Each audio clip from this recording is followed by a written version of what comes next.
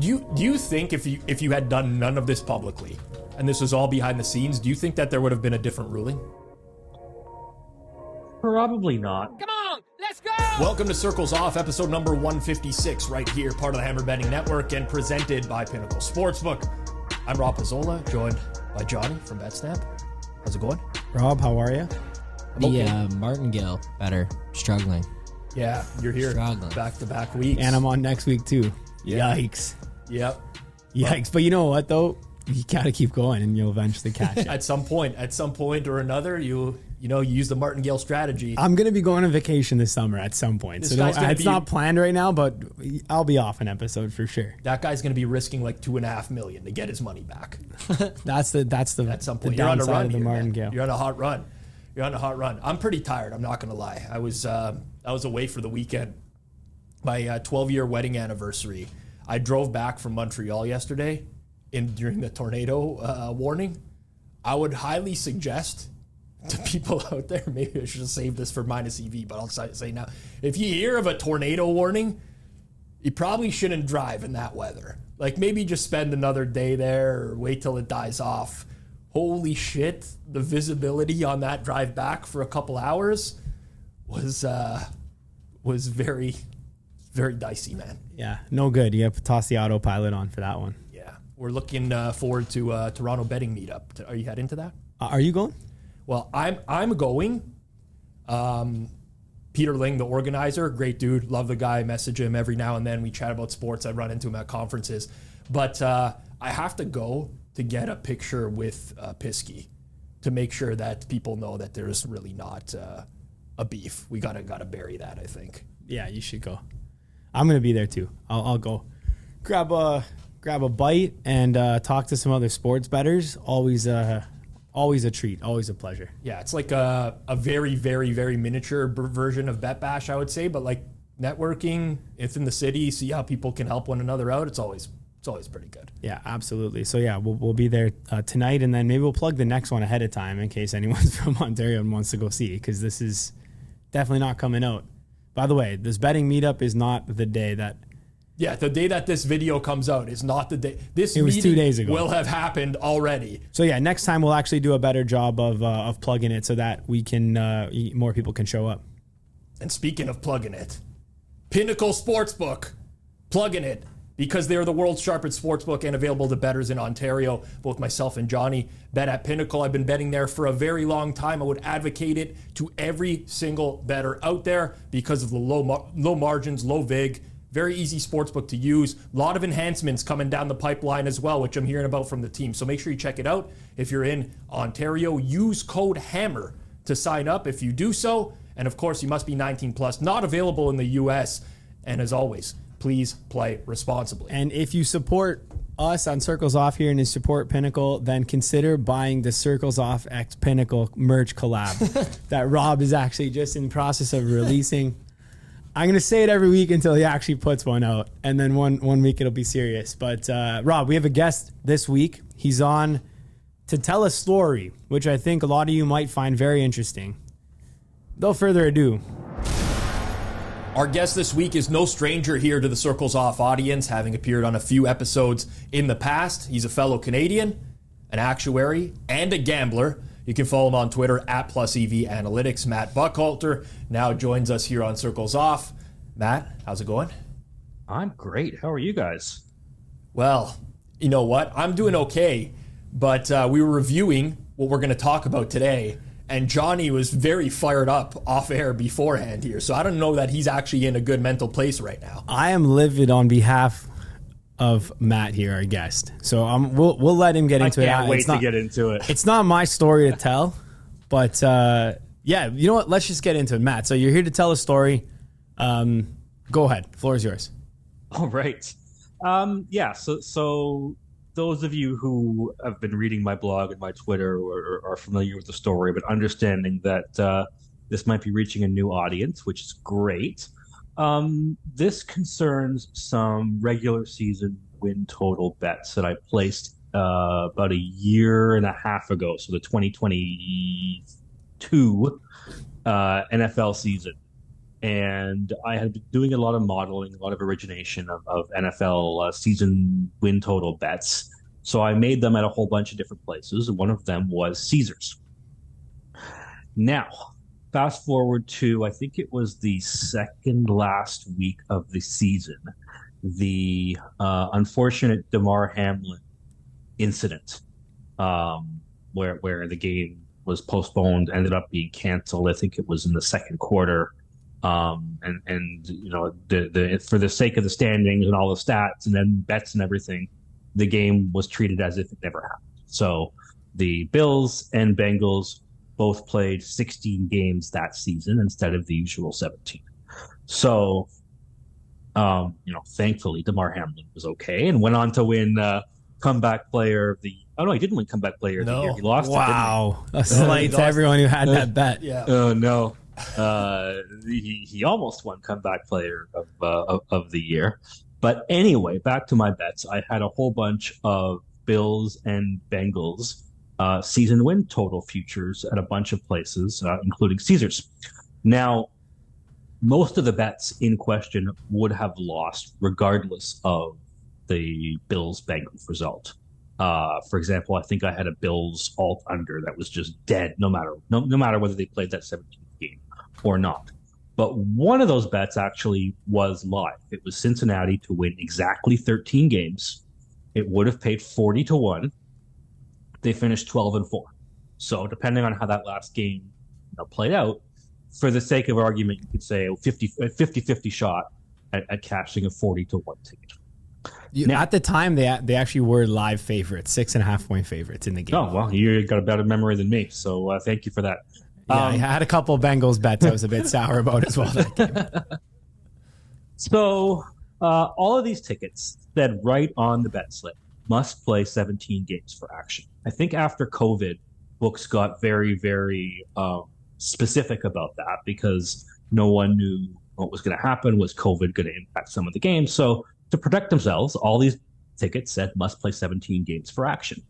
Also, in the house rules of Caesars house rules under NFL season win total futures, it says there as well, teams must play 17 games for action. So I was fully expecting all these bets to get voided, the one that was live as well as the ones that were not, because that's what the rule says. So season ends, and they grade the Cincinnati exactly 13 wins, the one that was live, as a void. Okay, fine.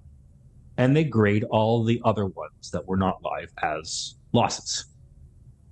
So, of course, first step is you contact customer service and you have a bunch of escalations and discussions, and they don't know what you're talking about, and they have to escalate and get back to you. I'm sure you guys have been through this at different sports books over your careers. So, okay, that's part of the deal. You patient. I would wait for their supervisor to get back to me. And eventually what they tell me is they've made the decision to grade all the bets that were not impacted by the canceled game as wins or losses, as the case may be, and all of the bets where the outcome was uncertain pending that canceled game as pushes or voids. And on the surface, that seems like a decent, fair thing to do. Especially if you had something like Bills over 10.5 season wins and they finished 13-3, you would have been pretty pissed off for that bet to have been voided. But the rules of the bet should take precedence over any sense of fairness or what's deserved. You've probably had some baseball totals and range shortened games. Exactly. That would have been impacted by the same thing. Over 8.5, they scored 15 runs and the game was shortened by rain. And win or loss, they void your bet because that's what the rules say to do, right? Shit happens. That's part of the game. You play by the rules. Sometimes it helps you, sometimes it hurts you, but there's no ambiguity about what the rule is in those kind of situations. So some people might be listening to this or reading this and saying, "Hey, you lost those bets fair and square, and now you're trying to angle shoot your way into a refund." And I disagree with that for two reasons.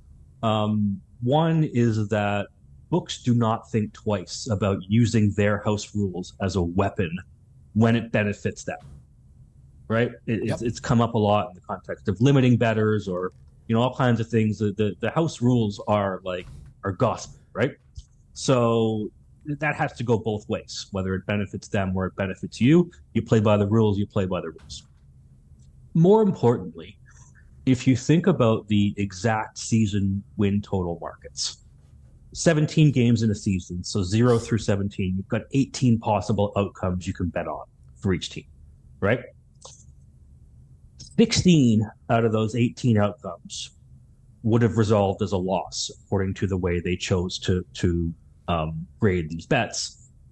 2 out of the 18 would have resolved as a push. So Cincinnati won, what did they win, 13 games? So I think 13 and 14 would have graded as a push because those outcomes were uncertain. It was a 12 game win. They went 12 and 4. Yeah. I'm sorry, 12. Yeah, 12 and 13 would have graded as a void, and everything else would have graded as a loss. So this choice of how to resolve these bets actually creates a windfall for them.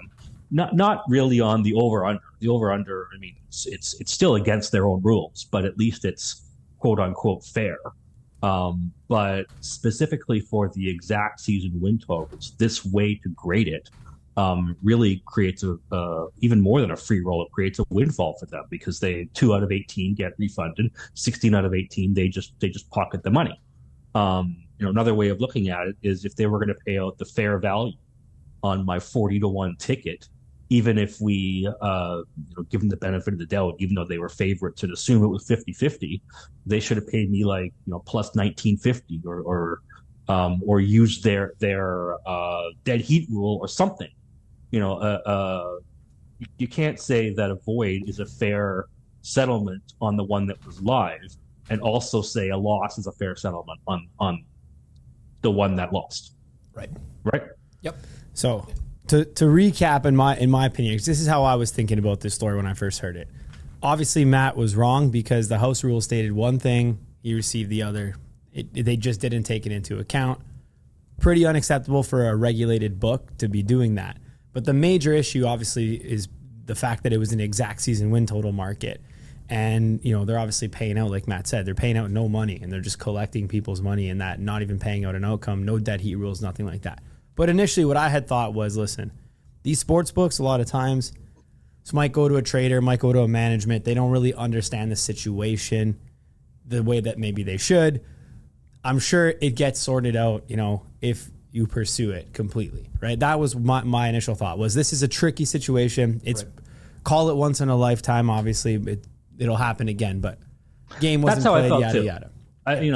My thinking at the time was, okay, it might take a day, it might take a week, might even take a month. Oh well, I'm going to get my money back eventually. It's just a matter of time. I just have to be patient and wait for the right person who knows what they're doing to get their hands on this file, and it's all going to be okay. Yeah. So what happened next when you're at it with support there? All right. So support wasn't going to help. So my next step was to contact the regulator, which is iGaming Ontario. And it took me a while to jump through all the hoops that they needed me to jump through before I was officially allowed to engage them. Their rules are, I have to be careful, I don't want to get this wrong, but something like, you have to lodge a formal complaint with the sportsbook. You have to either get an answer that's unsatisfactory or go some certain period of time without getting an answer at all. At which point, iGaming Ontario will pick up the phone and talk to you. Other than that, forget it. They don't even talk to me until you've gone through blah blah blah steps. Now, dealing with customer support and going through that doesn't qualify if someone explicitly states to you this is the ruling that we've made at a management level. You have to go to another step above that. No, you have. So what they told me is there is it says somewhere in Caesars House rules to file an official complaint, you have to send an email to this address. So I hadn't done that. I didn't even realize that was a thing until the person from iGaming, and they were very nice about it. They just said, okay, here's what you have to do. And then, either it'll get resolved or it won't. Then you can come back to us. Okay, fine. So I did that, jumped through all the hoops, followed all the rules. Eventually they decided, okay, they're gonna open a investigation, or they're gonna look at it. Okay. I'm thinking, finally, like this is the last step. I'm gonna get my money back. We're gonna be done. A few weeks later, I get an email, very short email, could have been more than a couple sentences, from some agent, customer service agent at iGaming Ontario, saying they've spoken to Caesars and they are satisfied with how the bets have been resolved. That's it. No further explanation. So, after I got over my initial shock at, how could this possibly be happening? I responded and I said, okay, like, can you give me some kind of a rationale or an explanation? Or, because I don't know what they said to Caesars. I don't know what Caesars said to them. Right. I don't know if they were lying or misrepresenting. Like, I wasn't there when shouldn't you be included? Shouldn't you be included on that conversation in some capacity, or have some sort of visibility into what Caesars stated? Like, well, we're going to get there in a few minutes, but yeah, I think had this been like a formal hearing, like, I should have been allowed to testify and tell my side of the story, not like a closed door meeting between those two parties. But okay, at this point, it is what it is. So I responded to iGaming and said, hey, can you give me a little more here? Like, give me some kind of explanation. No, we can't do that. You have to go to Caesars and ask them.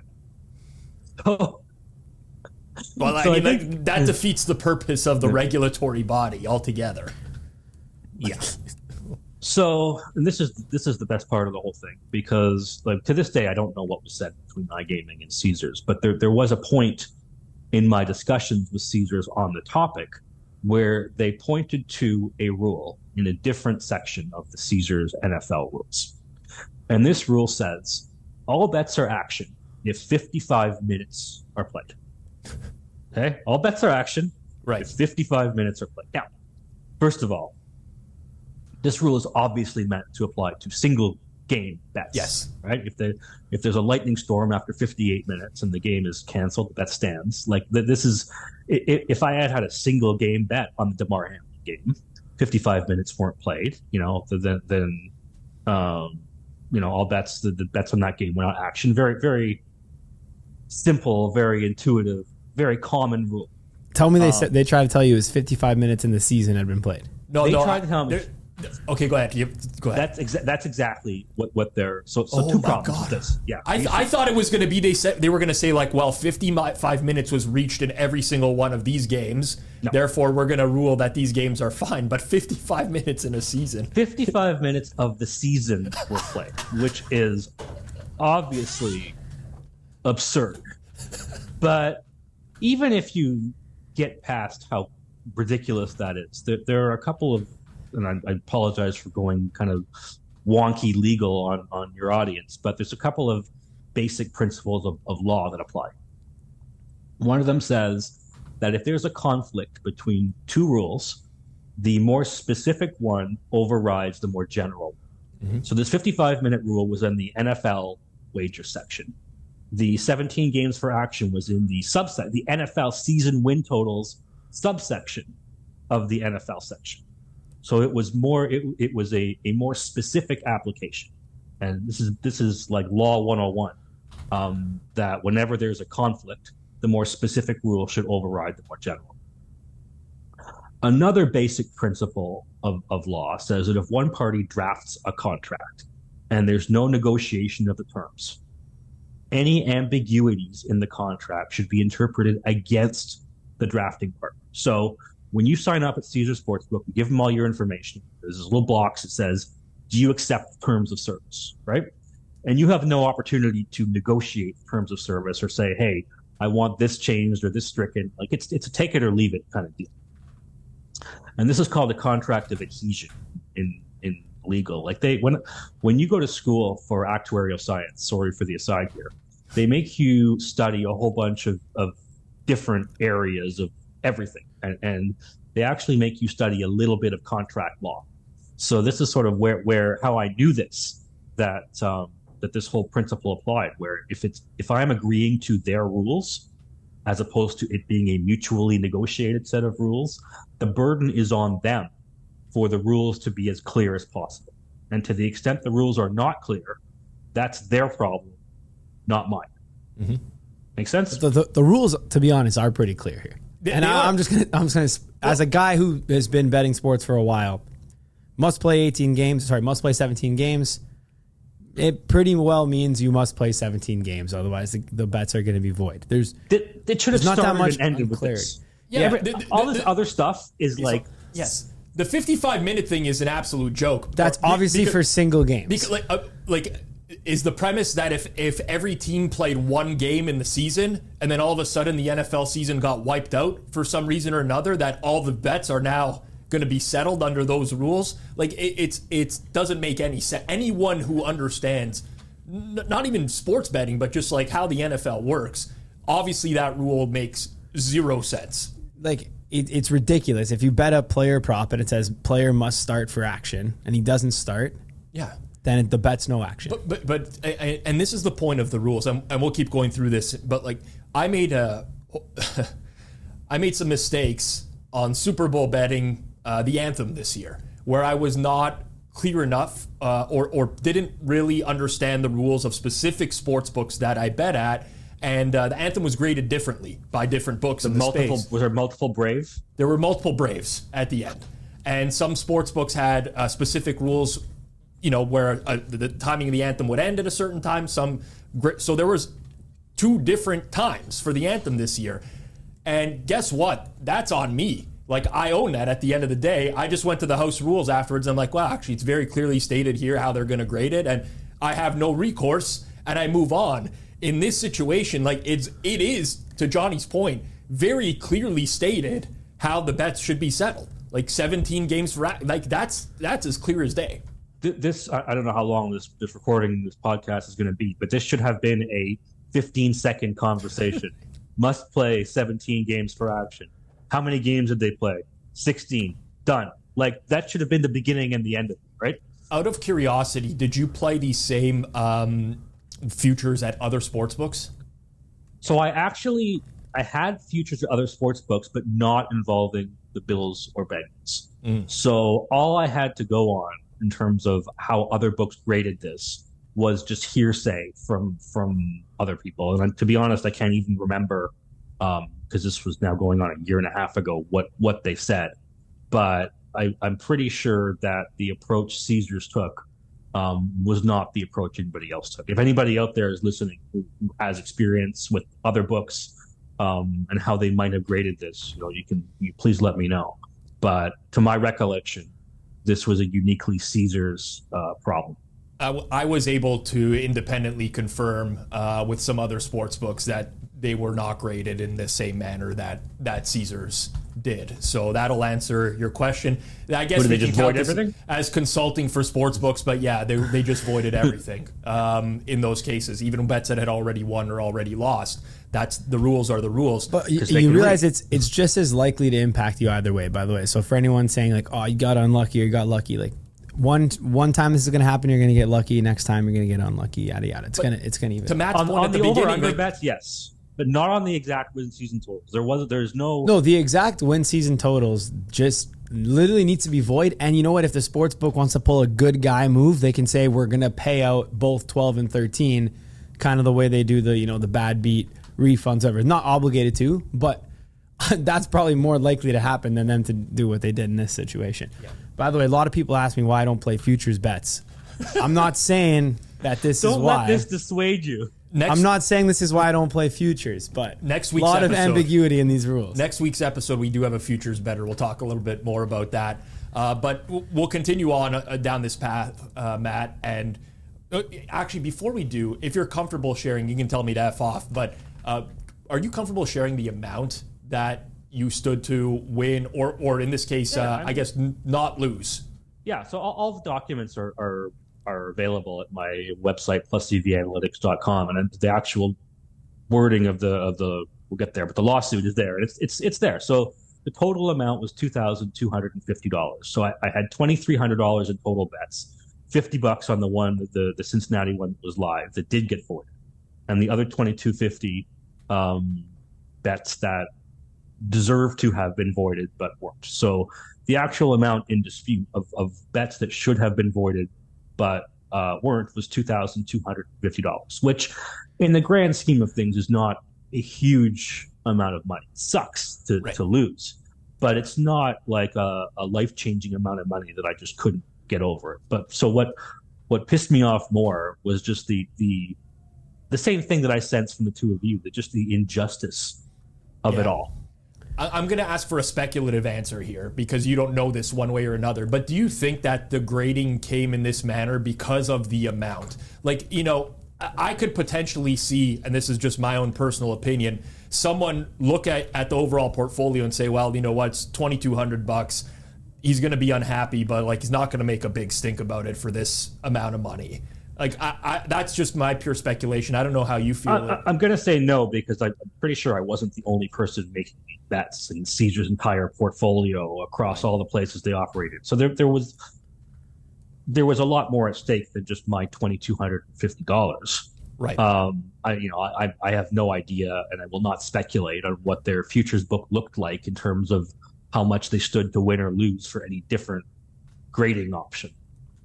Got it. All right. So you contact iGaming Ontario. They have a separate conversation with Caesars. They say, we're satisfied with the way Caesars has graded this. What recourse do you now have as a bettor to try to recoup your losses?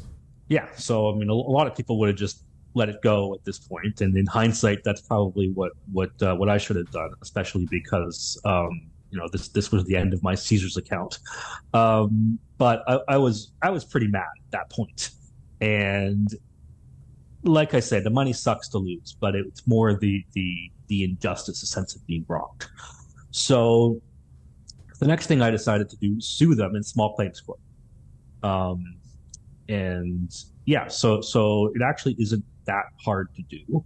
You don't need a lawyer in small claims court, so I didn't have to pay any legal fees. There's a filing fee of something like $100, but if you win, I think you can recover that cost from the other side. So the actual financial outlay of doing this wasn't a lot. Yes, there was a decent amount of time I had to put into it in terms of, okay, you have to state your claim in a very clear and concise way. You have to, print out all the screenshots and the bet slips as evidence, and you have to lay it all out in a way that a judge can read it and understand. Because most judges probably have no experience in this industry and they'll have no idea what I'm talking about. And their first inclination would probably just be to say, well, iGaming Ontario are the experts, so who am I to overrule what they said? So I kind of had to lay out my case in like, here's why iGaming was wrong in a way that a layperson can understand. Roughly how much time did you put into assembling that case? Oh boy, I don't remember, mostly because it was so long ago, but it was probably a good 10 to 20 hours of work, just, compiling everything. Just revenge. He just wanted revenge. Well, we'll get to that, but that was kind of my undoing. We'll get to that in a minute. For a chance at retribution. I mean, I did. I wanted justice about that. Well, I'm happy you did it because I'm happy that I now know what the result was, which I'll let you get into. You're lucky I went through it, so you didn't have to. But yeah, and I did it, and I shared the story on my Twitter, just because I thought this was an interesting story. The same way that you two seem to be interested in this. I thought a lot of my audience would just want to be, not that I wanted to go up there and like badmouth Caesars, but I just wanted to tell the facts of the story and let people kind of form their own opinions about who's right and who's wrong. So, for the 18th time, I thought this is going to be great. They're going to get my lawsuit.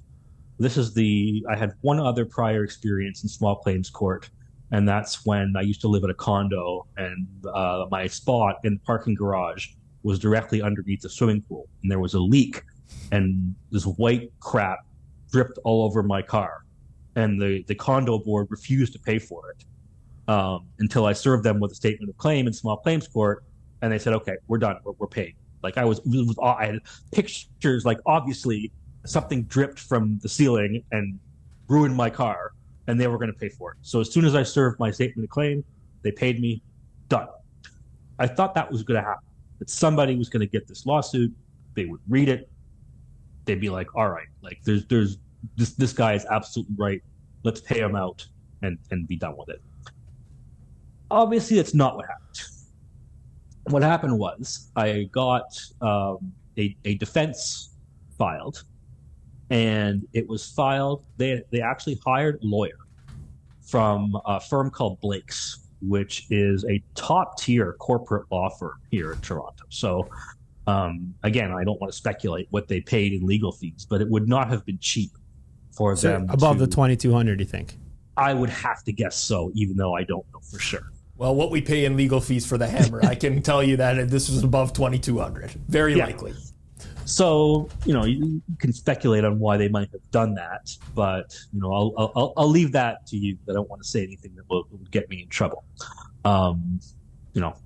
So they filed a defense, and the court system here in Ontario is, I think they're still like bogged down from having been shut down during COVID for all this couple of years, because this took a long time to sort of work its way through the system, and we're here in the spring of 2024, and a trial date still hadn't even been set yet.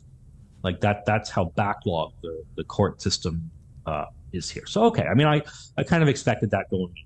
Nothing I could do about it, just kind of wait it out.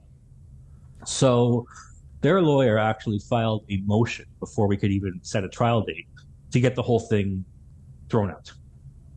They said this is abuse of process. This is, and I'm not going to get into the legal of it, but this lawsuit has no merit. There shouldn't even be a trial. We're filing a motion to get the whole thing thrown out. And I can summarize their argument for doing that. And it really had three parts. First is, I've already gone to the regulator. I've lost my case there, so I'm not entitled to a second chance. You get one kick in the can. And there is some legal validity to that principle, but only in the case of a prior judicial decision. So a court of law or an administrative tribunal, something like a landlord-tenant board, for example, where you go to a hearing, you state your case, there's a ruling, and if you don't like it, I mean, there are ways to appeal it. It's called judicial review, and it's a lot more complicated and expensive than small claims court. But you can't just say, "Hey, I don't like this. I'm going to sue you in small claims court," because that's, you don't get two chances. Obviously my problem with that was this decision was from a closed door session where I had no idea what was said between the parties. Right. There was not even a decision to appeal. It was just, hey, guess what? We're done here. Like, take a hike. So, in my opinion, it did not have the officialness required to satisfy that principle where, it's already decided you can't sue. But that was their argument, that it was. Their second argument was that there is a clause in their terms and conditions that says all disputes must go to arbitration. So you can't sue us. You have to, and I've never been to arbitration. There's a whole set of procedures and fees that you have to pay, and they get an arbitrator to decide your case. You're never a restricted free agent? Yeah, not yet. Maybe one day. I didn't want to do that. But anyway, their arbitration clause had a very clear exception. And that exception was for disputes related to the settlement of wages. Now, I think they put that in there because they want me to go to iGaming instead of arbitration, because that would be, less expensive for them. And they actually had an affidavit from their VP of compliance that said, oh, that rule is just there. It's meant to apply to things like technical malfunctions on the website. But that's not what it says. Like, I don't care what you think it's meant to be for. Like, you go by the letter of what it says. And it says disputes relating to the settlement of wages, are excluded from that arbitration clause. The third thing that they came out with, and this is maybe where there's one silver lining out of this, because I'm sure some law student at Blake's is now a much better gambler than they ever were before, because they went through my entire catalog, articles, that have been written about me in the gambling media, podcast appearances I've done, courses I've taught, and they came to the conclusion that I'm doing this solely as a publicity stunt to get clicks. Wow. Okay. I mean, listen, for the people watching, I have a pre-existing relationship with Matt. And this is just my like that. If you know Matt personally, this is like the complete opposite of anything he would ever want to do. Like gain more publicity by putting himself out there. It's ridiculous having known you previously. No, I know why he's doing it. Yeah, He feels robbed. Yeah, exactly. I mean, He wants justice. He's a petty guy and he feels robbed. He doesn't care about the money. I know for a fact he does not care about the 2,300. I do care about the money. All right, but, there you go. And I do enjoy telling the story. Don't get me wrong. And I enjoy discussing these issues, and I enjoy being a consumer advocate for players. But in my opinion, that shouldn't invalidate the claim. Yeah. There's no gag order here. This is a matter that is of interest to the betting public. I have a bona fide interest in consumer advocacy, and I'm not slandering anyone. This is just, I'm going on podcasts, I'm writing articles, and I'm saying, here's what happened. Here's my view on it. Here's their view on it. We're going to trial. I hope I win. And, and that's all I said. They're going to watch this episode back afterwards and be like, I told you, this guy's looking for publicity. By the way, we reached out to Matt separately. He had no idea this was coming. Johnny was literally furious when he saw Matt post the results. I'll tell you guys why after. But anyways, continue. There's one last step, I guess. What happened? So what happened is the judge granted their motion, and the case was dismissed. And that's really the end of it. Like, it's over. I lost. Like, anything you can do now? I mean, I've talked to some pretty smart legal minds, and they've said that if I were to appeal this, I would have a good chance of winning. But at this point, like, that's just going to cost more money and more time. And at this point, But you're so close, Matt. You've gone down this path No. already. The Dark Knight, Like, Matt. I will pay. I can pay the the sunk appeal cost for fallacy. Do you want to sponsor my appeal? You know what? I have Imagine like the hammer. You said it. Rob said it. If we air this, But he's got to do it. it It just- can't be that much. You got to sponsor It honestly, it just feels like you're so close at this point. You've gone through all these steps, and you've gotten legal advice that says if you appeal, you probably will win. I don't know.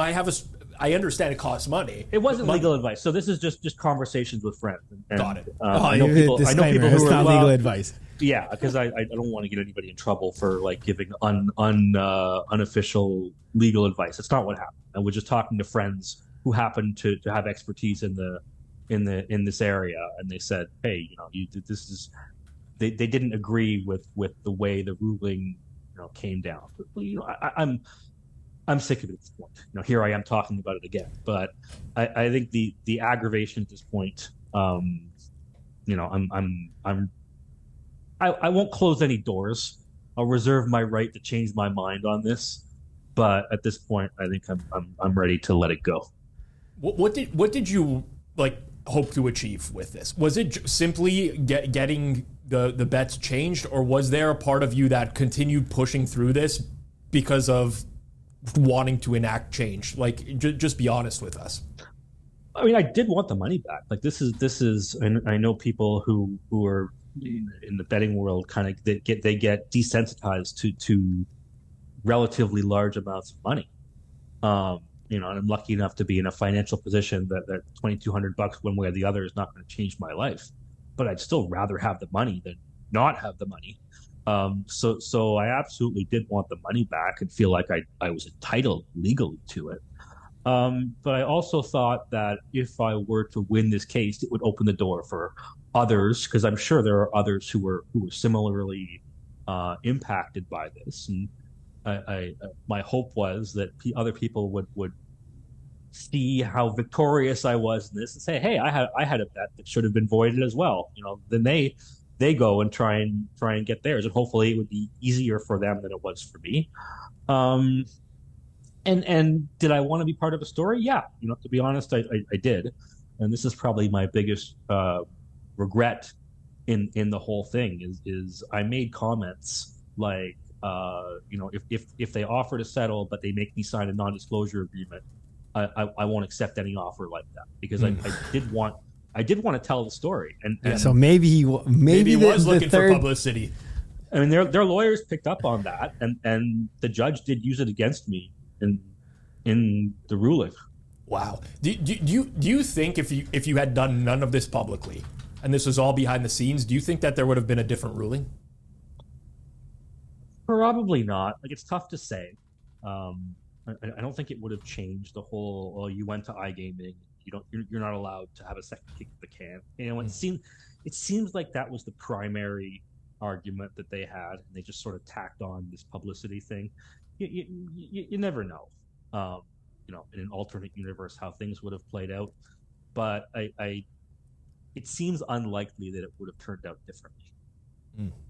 Now, Johnny was furious. So I'll tell you why I was furious, because the whole grounds for regulation in any industry, but specifically with the sports betting one, there was already offshore sports betting here in Ontario, and you kind of had the whole, well, what if something happens? You have no regulatory body to go to. They could just, it's a scam. They're going to do this and this and this and this. And honestly, we use that messaging here on Circles Off because we believed it to be true. Like, we really did. We did an episode on regulation in Ontario, why you should bet through regulated sports books. And I still suggest people go through the regulated sportsbook avenue. But a big reason for that was, if you're betting offshore, a site could disappear tomorrow and you have no recourse. There's nothing you can do about it. In the regulatory world, regulated sportsbook world is very different. Like, we talked about this. If they misgrade your bet offshore and they message you saying, haha, we misgraded your bet, too bad. Yeah.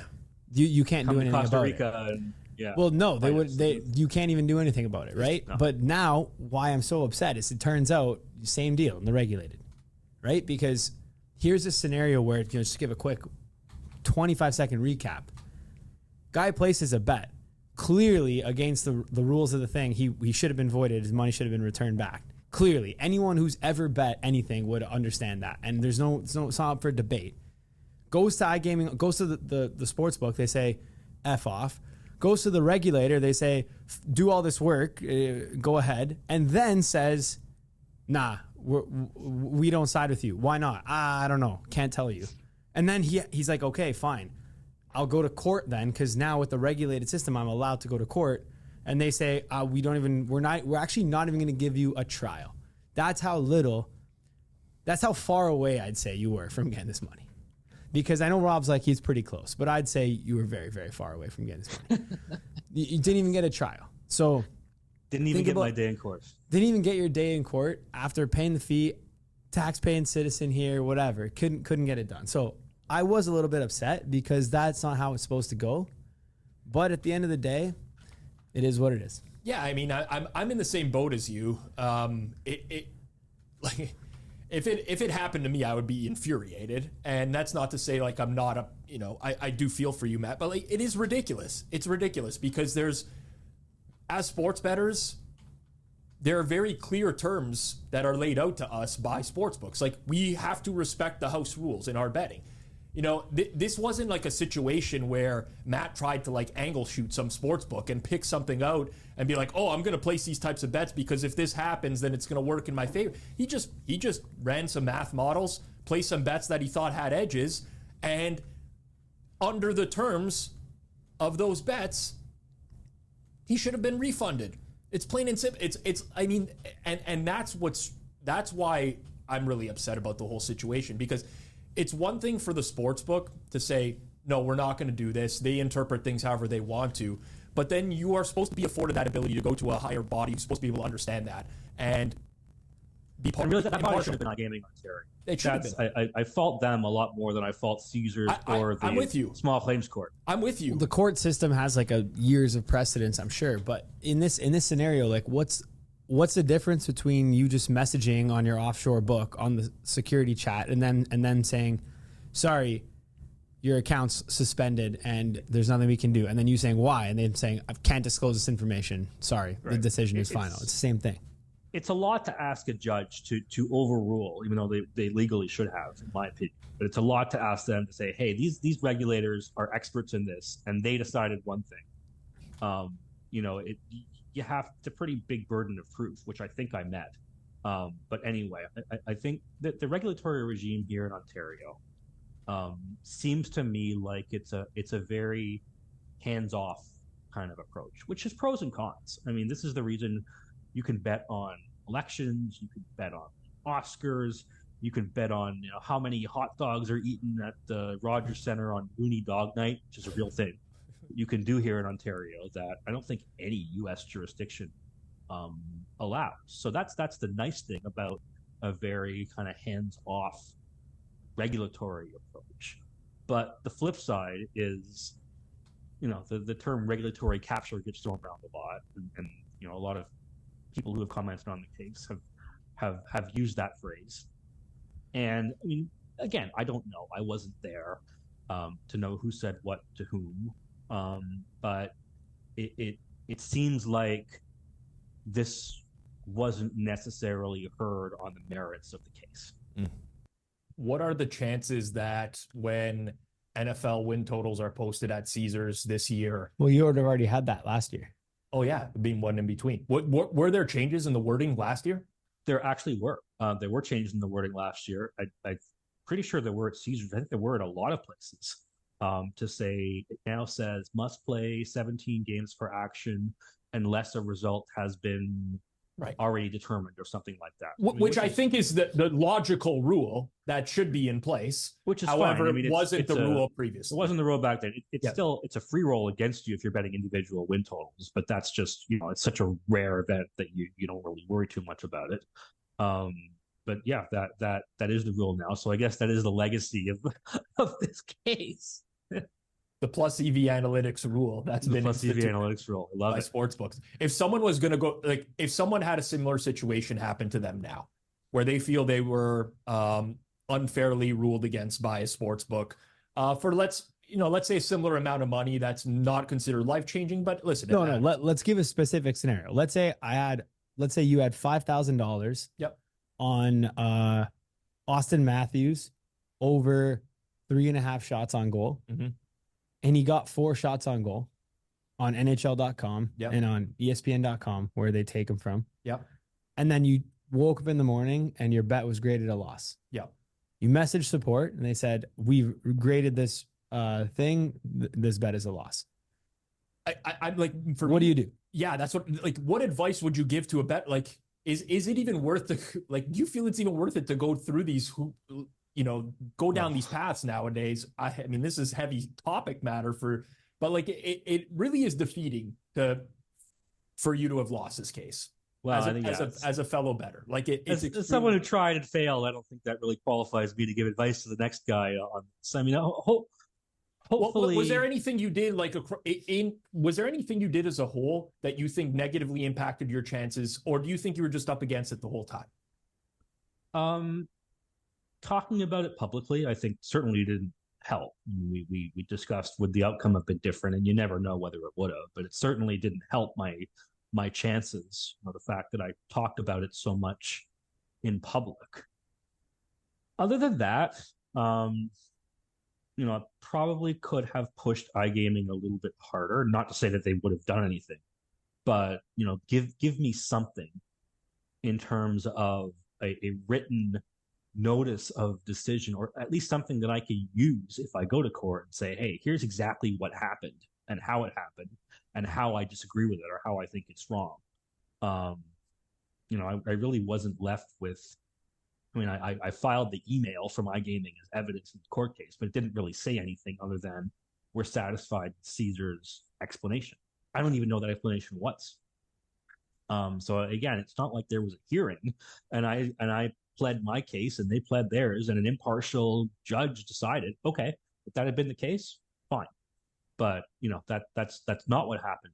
And then for that to have been held against me in terms of, well, this is a prior decision and you can't try and overrule it.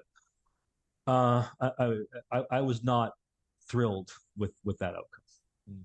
Well, Comment down below what you think on the case. If you think Matt was wrong here, what you would have done, and another thing is comment if you think that if you were wrong, you would actually now go through the trouble. Because I don't know. I don't know if it's depending on the amount of money. It doesn't even seem worth it at this point now to even go through it, knowing that there's a precedent in a case has already lost. I think there's something about just generally fighting for yourself. And, I think the word justice was thrown around earlier. Like it is really upsetting. Would you go to the regulator if that thing I just mentioned with, like, let's say the Matthew shots on goal, let's say you had $5,000. So for me, it's, and this is the truth, but it's not actually about the money. It's about the principle.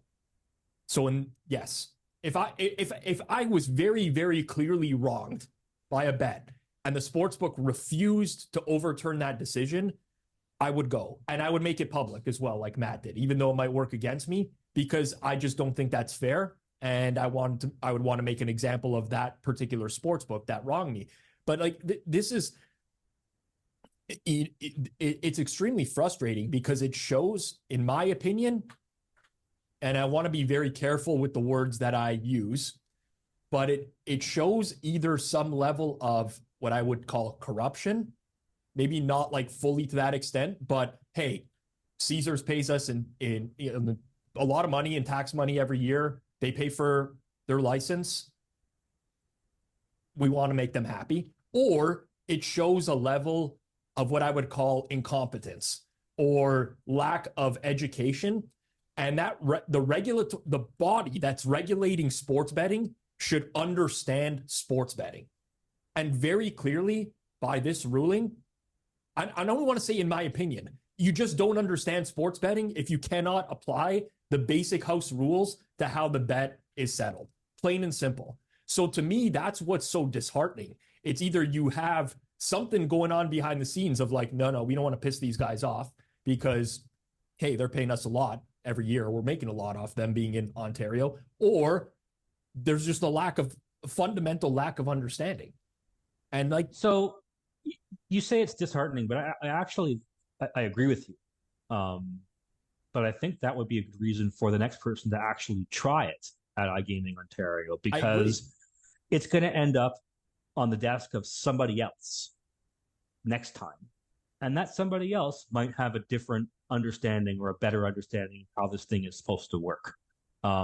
So if we go with the they didn't understand how this all works explanation, yes, then it's pretty much a crapshoot whoever's desk at iGaming Ontario this ends up on, and hopefully you get luckier than I did, and you get a better outcome. Well, it's not only that. Like, I don't think that somebody should not try because your case fell through, or I'll use the word failed because you didn't get the result that you wanted. But at the end of the day, there's other positives. Like maybe at some point, media picks it up in some capacity, and it gains some steam. And like there are ways to enact change, even though people failed beforehand. So, yeah, it's a little bit upsetting. I mean, yeah, as we've gone through the story, it goes back to what Johnny said. Like when you first posted it to Twitter, there's obviously some people that don't like you that are like, you're only betting this amount of money. Like, why do you care? Whatever. But there was Everyone likes me. I don't know what you're talking. Everyone likes me. There was a lot. Yeah, people especially love the bird pictures now and the videos as well. Those are big hits on Twitter. But there was like a large portion of us that are like, yeah, this is very easily very easily going to win this. And then that result doesn't come. And you're just like, what the hell happened here? And end of the day, misgradings happen all the time, right? Like if you're betting at the sportsbook, you're going to have a misgrading. It's usually done automatically. There's nothing wrong with that. The real issue is when the support doesn't overturn it and then things like that, come. But there's been multiple times where I've had a bet misgraded or something messed up, or I come look and my bet's void and I message support, say, hey, why is this void? This should have been a winner. And they say, yeah, no problem. Like, these guys aren't perfect. Correct. There are system errors. There are human errors. Like it's okay if it gets resolved in a reasonable amount of time with a reasonable amount of effort. Like you deal with it. It's just when it doesn't that gets irritating. Mm-hmm. So we had one more topic to cover. It's under the realm of regulated betting and whether or not the regulated system is failing us right now. But recently, we had the Massachusetts Gaming Commission. Captain Jack was a part of that, asking some questions. 10 different sports books chose not to participate in that publicly for fear of proprietary information getting out there. Whether you buy that or not, completely up to you. There is an argument to be made that they didn't want to share some stuff publicly. I get that. Representative of Bally's was there. Candidly, my opinion, deer in the headlights, had no idea what was going on. Felt kind of bad for the guy watching it. But the topic was around the implications of limiting sports bettors and whether or not this should be allowed in the sports betting industry as a whole. I'm curious, Matt, I know you've written about this before. You had an article a couple weeks ago, A Few Simple Truths about limiting. But what was your perspective on watching that assembly? And do you think that there's anything that's going to change down the road in regards to the limiting of sports bettors? Okay, so first of all, I think that there's a part that you left out of your recap there where the operators that no-showed, as far as I understand, they all agreed to actually participate in the forum. And then all of them, except for Bally's, pulled out like at the last minute. Yes. They released statements as to what each individual sportsbook released their own independent statement. They differed from one another in some nuances. Proprietary secrets of trading would be revealed. But it's a pretty big coincidence for all of them to independently at the last minute come to the realization that, you know what, we changed our mind. We don't want to do this. It's sketchy behavior on their part. I would agree. And sorry, I want to get into this as well. The fact that it was a public forum obviously played a large part in that. They knew that going in. They did. However, I would suspect, had this been held behind closed doors, privately, not broadcasted or displayed on YouTube, I would say that you probably would have gotten this is speculation, more participation. But yeah, I think publicly, sportsbooks do not want to speak about limiting bettors. They said the same thing as well. They requested it to be held in private, which the commission denied that request. And they said it would be divulging proprietary information, which I think is a load of crap. I disagree. So they're right in that there are specific algorithms that are unique to each company. Yes. That they would use to profile bettors. But the inner workings of those algorithms were not at issue. Like, you could easily go and say, yes, we limit bettors. We're not going to tell you exactly how we do that, but yes, it happens, and here's why we do it. And there would have been no proprietary information required to be disclosed. And they know that. Like, yes. Let's not play dumb here. Like, they understand what would and would not have been asked in these hearings. I think it was a convenient reason for them to drop out. I totally agree with that. So I think I do think it was a convenient excuse. I also do think that it is a valid reason. I don't want Zach to erase that board, but based off of experiences I've had in the past before, certain sports books do things that other sports books don't, and they want to keep it that way. So I think that's fair. However, I don't think that they necessarily would have had to give those details publicly. Any representative of another rec book could have easily said, we do not want to disclose that information when asked about it, and still spoke to other things. So I do think it was a convenient excuse. And then to make it even worse, you're right. A lot of these books did publish, prepared statements on the topics. And a lot of these statements were, I would say, intentionally confusing. They seemed like they sidestepped the issue. They were like, yes, we limit players for reasons including responsible gaming reasons, cheating or attempted cheating or manipulating the system. And yes, of course they do. But that wasn't the question here. Mm-hmm. When they said for reasons including blah, blah, blah, you could tell they're trying to spin the question into something other than what it actually is. And again, these guys are not stupid. Like, they understand the context of what's being asked here. and reading some of these prepared statements really struck me as slimy. Like you know what the question is, and you're intentionally trying to avoid it.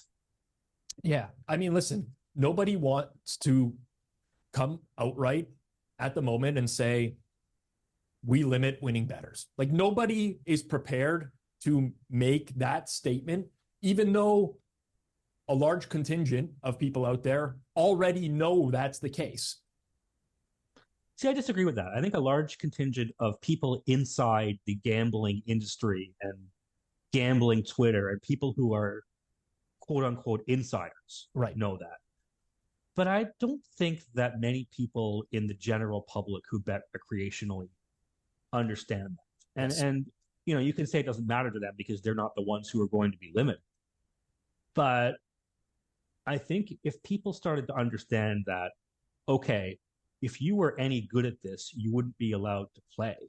And, you know, the next step of that logic would be, hey, they're allowing me to play, you know, therefore I'm not very good at this. Yeah, but to be fair, that is what is common knowledge with the way more popular games such as blackjack, where everyone who goes in a casino, they've seen all these movies and they know, oh, you can't count cards or they take you to the back and rough you up. Although obviously it is what it is. They don't actually do that. Well, I think, I don't know. I'm not a card counter. I don't know. I'm not Joey Knish, but basically people know that about blackjack and they know I'm walking into this casino and I don't have an edge and I lose. And if I were to like count cards and get an advantage on this game, they'd take me to the back and rough me up a bit. And they still play at the game. So I don't really know if the I don't know if people make that connection. They're very different domains. This would be a fun experiment. If you go to, I mean, go to a sports book in Vegas. We should do this at Bet Bash, not at Circa. We should go to like MGM. Go to their sports book. I'm not going off if I'm downtown, I'm staying downtown. Circa. I'm going to the Golden Nugget or something. Circa doesn't even take massive bets on casino. And I'm going to call that out right now. Find 100 random recreational people in the sports book and ask them. And so what's your over under on how many people would say, yes, I understand this happens? Oh, not at Circa? Not at Circa. At a random recreational book. Very, very few. And even if you went to a guy behind the counter and said, does anyone ever get limited? He'd say, no, maybe one guy. Like he would also say, we don't cut people. Maybe if they're exploiting, they would make you out to be like the worst possible human being when it would be the one that gets limited. Right. Oh, exactly. So I think that there's still a ways to go in terms of public understanding of how this stuff actually is. Would you agree? Oh, yes. Like my friends around me have zero clue in terms of limiting or anything in that regards. And they don't understand that by being able to bet the amount that they're able to bet within specific sports books, it is a sign that the sports book is welcoming their action. They don't get that. I don't know that they ever will. Unless they reach a certain number of losses before they can actually have a real conversation with themselves about it. I think, again, it's something about the ego of the sports bettor where I think there might be a tipping point in terms of just public understanding of how this stuff works. And if I'm running a recreational book, I'm afraid that public sentiment would actually start to tilt too far in the other direction, because there's an equal number of misconceptions and half-truths on the other side. Oh, nobody's allowed to win. This game is rigged. You know, they only suckers are allowed to play. You know, anybody who wins gets kicked out the next day. Like that stuff is equally wrong. Right. But if people start to get that in their heads, that's a big problem for the industry. Oh, yeah. That's one of them. Listen, there's lots of solutions that have been put forth to this, right? There's the idea of you got to have some sort of minimum bet and everyone has to have that. The pushback from a lot of the sports books and from industry insiders is then, well, you're not going to have the same offerings of bets. You know, if there's going to be a minimum of whatever X amount on all of these markets, then guess what? A lot of these markets are going to disappear. And sports betting, as you know it and are able to bet into it now, is going to change drastically. And like, I honestly think that that's a cop-out because Penny does it. Yep. Listen, we do support Pinnacle as of right now. We support Pinnacle. I'm switching my stance up. I'm not blindly supporting anyone or anything because things could change. But You're not as going it to tell me stands, Caesars is the sponsor of Circles Off, right? I don't believe they will be in the running. listen, at any as it point stands after right this now, episode. as it stands right now, and in my experience historically with Pinnacle, they've been extremely fair. Another thing I did want to mention, actually, not to even plug the sponsor, but the people working at Pinnacle. I know many of them personally, whether it be on the trading team, management. We've dealt with a lot of different We will people. see a bunch of them at a Toronto betting meetup. Very, very sharp people, and they know about betting. And I think what happens there is when they know about betting, this stuff, it's much, much less likely to happen. So when you look at Matt's situation here where they messed up the grading and the guys at Pinnacle are going to be like, no, this is obviously unfair. I bet as well, and this is how I wouldn't do it. There's no way. You'd think. And they'll resolve those issues. And historically, anytime there's been any incorrect grading on Pinnacle, that's resolved in a snap. They do a lot of things, definitely worse than some of the recreational books in terms of bonusing and offering and things like that. But you are getting a more fair and just experience. And the guys there, they know, like I can tell you from experience, most of the guys there and everyone that I know, they know about betting. So anyways, I'm plugging the sponsor for no reason, but it's a different thing. I love Pinnacle too. I love Circa. I've never been into Prime. It's not available in Ontario, but I love the idea of Prime, and people who run it seem to be great guys. But here's the reality. Running a sharp book is a very, very difficult thing to do. You can pull it off. Great. Good for you.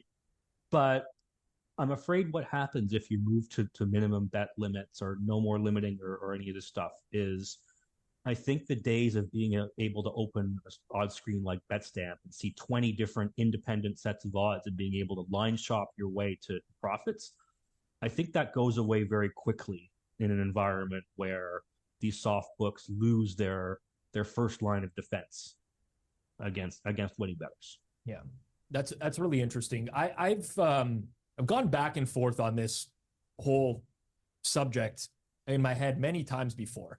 And it started with well, this is ridiculous. There should be at least some sort of minimum limit.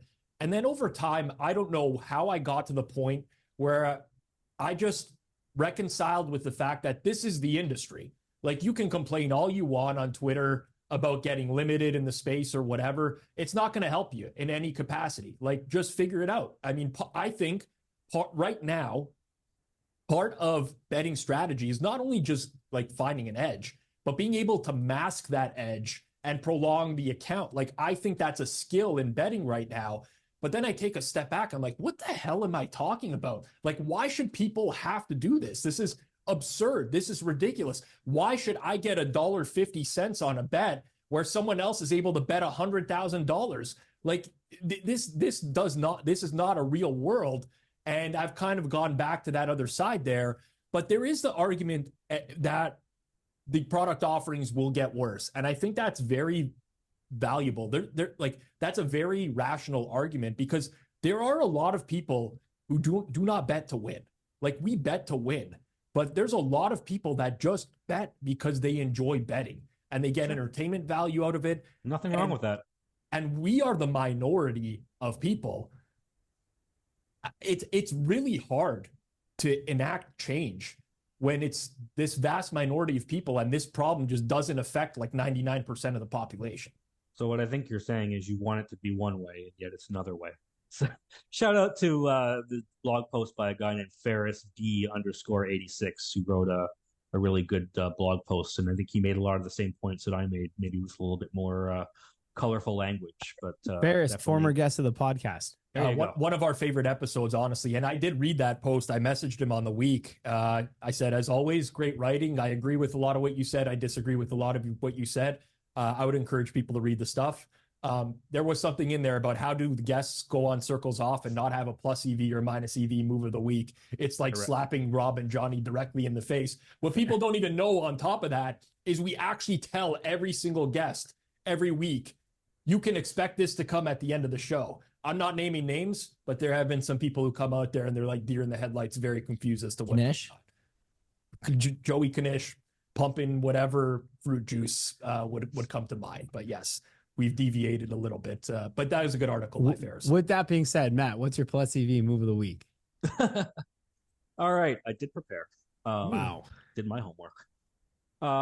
Plus EV move of the week would be, and this is a full credit to my wife for discovering this, but Walmart has a service kind of like Amazon Prime, but for Walmart. I think it's $10 a month, and you get unlimited grocery deliveries from Walmart. Now, I like Walmart, but I don't like going to Walmart. And I think we've had like 4 Walmart deliveries to the house here in the last week and a half, 2 weeks since we signed up for this thing. It's been outstanding. The service is great. You know, someone might say, what is this idiot just discovering Instacart? But it is actually I was maybe thinking that, actually. Yeah, of course you were. But my experiences with Instacart have been, they go to the store, you send them 20 things, and 10 of them they say they don't have, substituting something else, which is completely different. And you know they have the thing. The guy just was too lazy to look for it. You got to message him saying, please ask somebody from the store. Yeah, there's certain tricks. It's just like getting limited. There's tricks that you can. I usually message and I say, I was just there yesterday. I know they have it. And then he goes, does that work? Yeah. All the time. Yeah. But anyway, that doesn't happen. Maybe they have like Walmart employees doing the shopping. I don't know why, but I haven't had the same issues on the Walmart service. It's been actually very, very good. There you go, Matt Buchalter, big advocate for a Walmart. I got a story from this week, actually. I got a Uber Eats promo for grocery delivery. So I do my grocery delivery on a different app. They send me a promo. It's like spend $70, get 45 off. Like, no brainer. You're obviously taking advantage of that. So I go, I do it. It's at Longo's, which is a regular local grocer, probably maybe 30 locations, I'd say. I don't know how many in Ontario. New one being built in my area. Big fan. So I get a bunch of stuff. And then the guy shops it, doesn't ask for any replacement. My first time doing this on Uber, the Uber app, doesn't even ask for any replacements or anything like that. And then I just get the notification saying like your shopper checked out. And the guy, my order was like $92. The guy didn't get half the items, which then dropped my thing down to $45. So you couldn't use the promo. And I didn't get the promo. And then I contact Uber Eats, nothing you can do. Went over to iGaming Ontario, nothing. And now I might have to go to small claims court. Join the club. Screwed by the system. Yeah. I got absolutely rinsed last week on that. And then they also don't want your business, so you're just a bonus hunter, man. Yeah, no, they got me good. So and also the promo then went away as well. So I lost the offer. Just a tough situation all around. Very hard. You got a plus EV, or do you have a minus EV, Matt? Am I doing both? And then you go. Yeah, we don't care. Structure for this. You might just All right, let's get it over with. So you already mentioned my parrot. So my minus EV move of the week is picky pets. So get home from work yesterday. The bird is just like distraught, biting my finger, biting my wife's finger, biting the kids' fingers. Like the bird is not himself, and I'm freaking out. Like, do I have to find a vet to take this bird to? Like, is he sick? Is something wrong? So he has this bowl of food, which is like bird seed. And it was half full, so I'm not starving this bird. So I top up the bowl of bird seed just in case that would help. All of a sudden, he starts pigging out. He spends like 10 minutes just face deep in this bowl of bird seed. And I think what happened was the seed is a mix of like different types of seeds. And I think this bird is so picky that he ate the seeds he liked and refused to eat what was left in the bowl. So that the bird was like going on a damn hunger strike and just biting everything that moved because he was so hungry. Because he was that stubborn and refused to eat the half of the bird seed that was not his favorite. So saved myself a trip to the vet. Yeah, but it's hard to avoid. You didn't know that when you got the pet. The negative EV move seems to be getting the pair. I'll say it. Yeah, I will. Since we getting the bird. I had two African gray. I've had 2 African gray parrots before for 5 years. You're such a guy that would get an African gray parrot. You know my wife. My wife's an animal. I'm an animal lover too, but there's no chance in hell I will ever get a bird again. Tortellini's still in my office, living, going hard. Might be doing some picks again soon. Spoiler alert. But yeah, I could never do that. But the problem with this minus EV, Matt, is you don't know that the pet is going to be picky. It's just, to Johnny's point, maybe you don't get the pet altogether. Listen, screwed by the system again. There you go. Can't catch a break these days. I will say, my wife, when I get the Costco trail mix, she just eats the M&Ms out of the Costco trail mix, and then I go to get the trail mix, and there's no M&Ms in there. So that's pretty much just as bad. But I assume she goes and has a different snack then. She doesn't just like go on a hunger strike until you give her more trail mix. No, I guess that's also a valid Start point. biting your finger. That is a valid point. What you do with the privacy of your own home is none of my business. Minus EV. I'm out with a bunch of friends recently, and just for dinner, we're ordering, and one person who I would never ever expect to order a salad. This isn't based off his body size; it's based off what he typically eats. Orders a salad for dinner, so I know something's going on, right? And I'm a shit disturber. I make a comment, and he tells me can't eat anything else right now, and then he lays out the reason. So, for everyone out there, when you get served steaming hot food, no matter what it is, could be a soup, could be pizza. You know, when pizza comes right out of the oven, don't be the guy who goes in right away and eats it and burns the top of your mouth. Because I've been there before. It sticks with you for like at least a week, where every meal afterwards is just painful. It like hurts to eat food. He's like, I can't eat anything else. I can only like eat leaves and salad because the top of my mouth is burnt from eating hot pizza. Salad is okay? He said it was. Honestly, it wasn't, because there was some vinegar in it, caused some reaction. It was a real problem for him no matter what. But just wait when you get really hot food for it to go down to an appropriate temperature. That's it. Takes 1 minute, 2 minutes sometimes. If you could see that steam, and the guy, like, especially when like the waiter drops it off and they're like, it just came out, like, be very careful. It's really hot. Plates really, you don't have to be that person that immediately stuffs your face. So that's, I guess, whatever way you look at it. Plus EV, wait for your food, or minus EV, don't eat the hot food. Could be either one. All right. I got a negative EV move of the week. Was me saying I could build this F1 car. Now I can build it. I still back, I can build it 100%.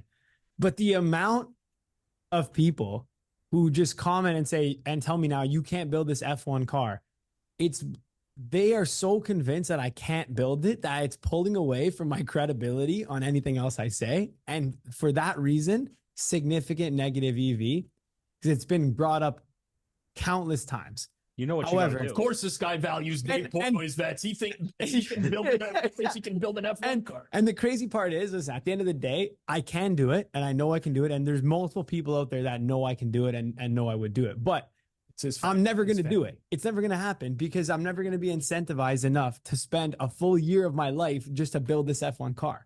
So I hope I hit it big sometime in the next couple of years and have a year to kill, in which case I will move out.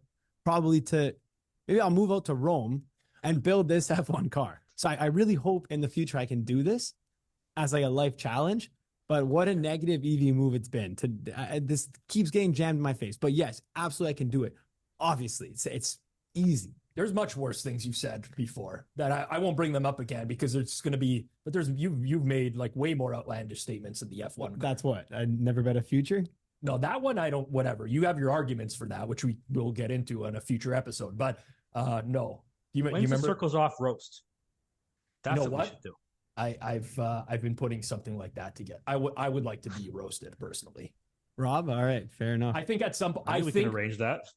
I think for what's the word you've been saying? The guy keeps commenting, like Rob's counter of saying, nowadays, which I don't think I said this episode. I bet you have. It'll be in there. You know what? I actually don't mind that type of throughout. I say a lot of things. I'm gonna over and over that you just don't know. I say like a lot, by the way, when I listen to myself back, and I'm like whatever. But that type of stuff, once it's brought to the forefront, you can guard against it a little bit more. So I'm a little bit more cognizant of that. What I was referring to was if you played hockey in the 80s or early 90s, and the amount of points or goals that you may have picked up. I'm not going to bring it up on air. That's an easy one as well. Well, you can follow Matt on Twitter @+EV Analytics. Appreciate you, Matt, for sharing that story in full. Of course, if you did enjoy the episode, make sure you smash that like button down below. Get us to 10K subs. Hit that sub button if you haven't done so already. We want to get there fast. This pod is growing, and we just want to be rewarded for putting together content that we think is. I don't care if you like or subscribe. Just do it. No, Rob. Just can like we or commit subscribe. to the 10K subscribers? Will that prompt the roast? No, you know what it'll prompt? Rob's gonna get the merch ready. The merch, it may or may not be underway. I really hope it's underway. May or may not be underway. But merch is coming at some point. I'm thinking maybe the roast for Circles Off episode 200, but I'm not sure. I think we got to do big things for the big numbers. Appreciate you guys. We'll see you next week.